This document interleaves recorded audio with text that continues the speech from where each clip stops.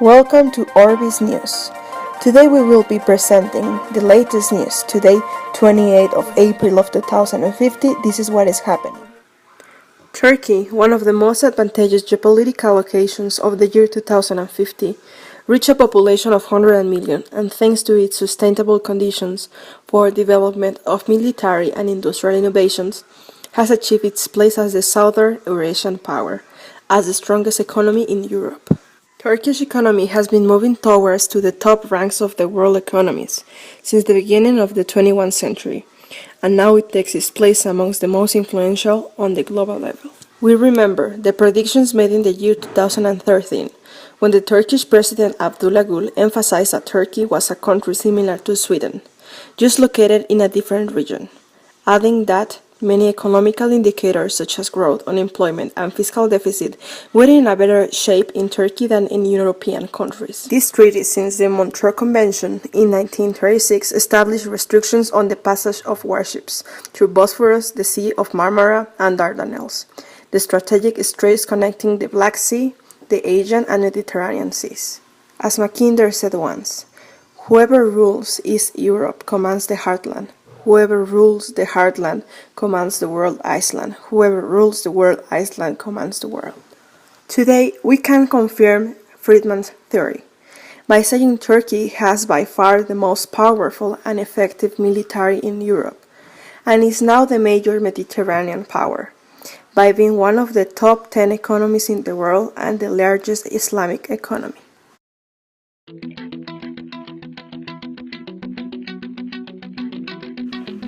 United States is overpassing the year of the dignity in 2050, in which it is still being a political hegemony over the world by a new foreign policy process, so it got a second chance, as Brzezinski pointed out in 2007.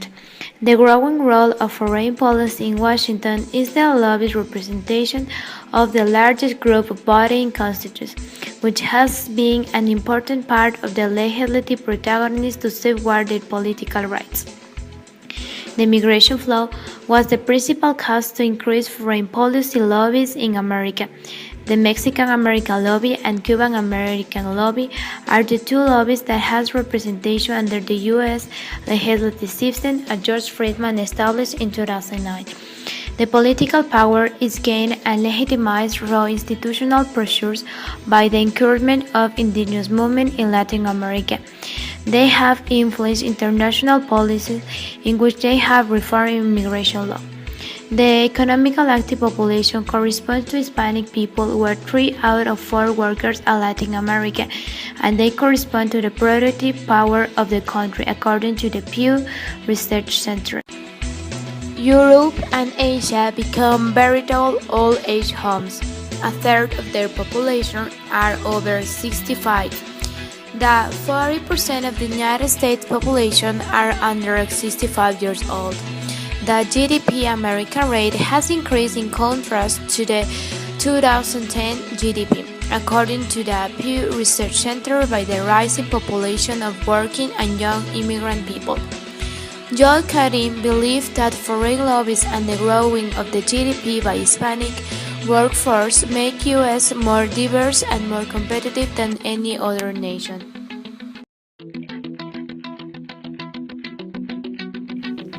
Latin America has been a region which presented major changes and transformations in the middle of this century.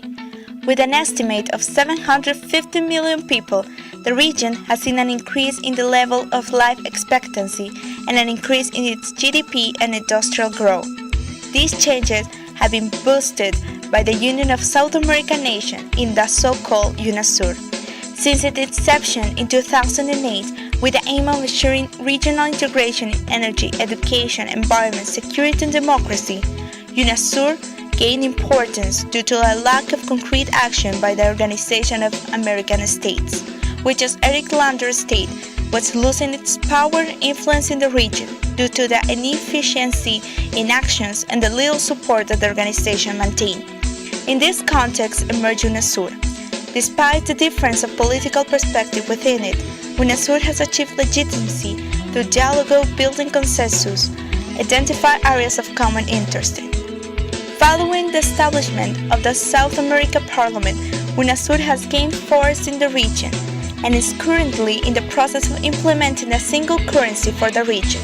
But the advantages that have occurred in the integration of Latin America are enormous, although the organization still has many difficulties to solve in order to ensure effective integration of the region. An analysis of the current situation prevailing in Latin America would not be complete without a mention of indigenous and social movements. In the 90s, saw a change in the way that the movements demand their policies. They became involved in the political sphere, forming political parties and supporting others. In the early 21st century, they experienced the first great victory with the presidency of an indigenous leader in Bolivia, Evo Morales. Indigenous movements since then had seen an example of this fact, and in various countries of Latin America have increased the presence of indigenous in public office and the presence of indigenous political parties. This is the scenario in countries such as Ecuador, Peru, Bolivia, and Venezuela, where the ruling parties are indigenous or pro-indigenous. These countries have implemented in their constitution the right of nature, which are seeking the protection of the environment and sustainable development. This is a phenomenon of a strong growth at the regional level due to a resources crisis that the world faces. BRICS countries announced its rupture because of the challenge that represents to do business in markets. Despite the low-cost production locations, the inability to adapt to local rules, regulations, and customs affect the joint venture partners, the relations with local governments and regulatory bodies. The stock markets are still simply off of the radar screen of the most international investors. Despite the economical growth of the BRICS countries, plus local investors became active in other countries like Malaysia, Thailand, South Korea, Taiwan, and Mexico. The biggest reason why the BRICS announced its rupture was told by Jacob Zuma, the President of the Republic of South Africa, telling, "Big is not the same as cohesive." Despite the BRICS are part of the G20, it suffered of non-acceptance to be the leader of its own region. The conflicts among BRICS countries led to the rupture, commented Antoine Van Ahmed, telling how China rises resented in Japan, and distrust through Southeast Asia. India and China watch each other jealousy. Brazil is a major supplier of commodities to China and has relied on it for its economic success. But the two powers compete for resources in Africa. China and Russia may have found common cause in Syria, but they compete elsewhere.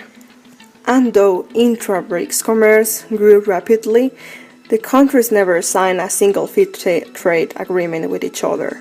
The legitimacy of the governments and their respective countries blocked expectations of economic success. Anywhere, the ability to face adjustments to satisfy a big demanding populations failed. The economic promise that started in the 21st century came to its end. The struggle for natural resources back at the beginning of the century seemed something for the future, but now it is the present and the reality of the world. During the last decades, the problems related to the scarcity of drinking water, food, and arable land, as we know, have increased, as well as the disputes over the oil and other types of energy. Even though the effort of several countries were trying to create environmental policies, those policies have not been enough.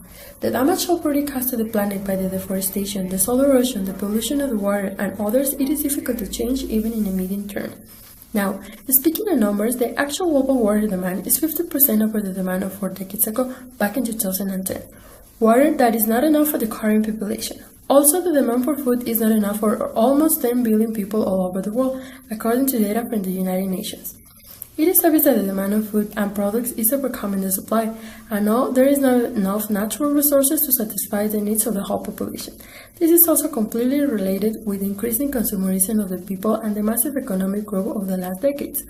You have to take into account that this situation represents not only a problem for the countries but also for the international community, because this can lead to several conflicts and even wars. Until now, there has not been wars like those of the 20th century, just some disputes over water, like the one that arose in the 20s when Beijing, owing to the shortage of water, decided to divert some of the waters flowing from the Tibetan Plateau to its neighbors, causing big concern in Russia, Vietnam, Kazakhstan, and India. Fortunately, as we know, the situation was solved by diplomatic means. And there is also the constant concerns about oil concentration because between 50% and 55% of the oil is located in the Middle East. Moreover, countries, especially those from Asia, still putting their eyes in Latin America as they see in those countries big extensions of land, water reserves, and non-renewable energy, as we saw when, in the last years, China acquired big extensions of land in South America.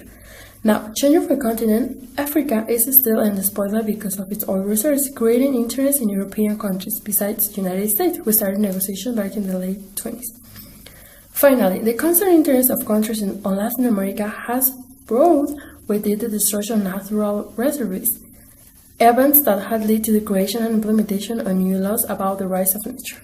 Now, more than ever, the countries have to gather together and find ways to cooperate to create policies that permit to control the actual situation over the scarcity of natural resources around the world. Otherwise, this will lead to events of the past where human beings prosper by exploiting the Earth's resources until those resources could no longer sustain its population, leading eventually to the decline and collapse of that society. Is everything for today. Thank you for watching Orbis News.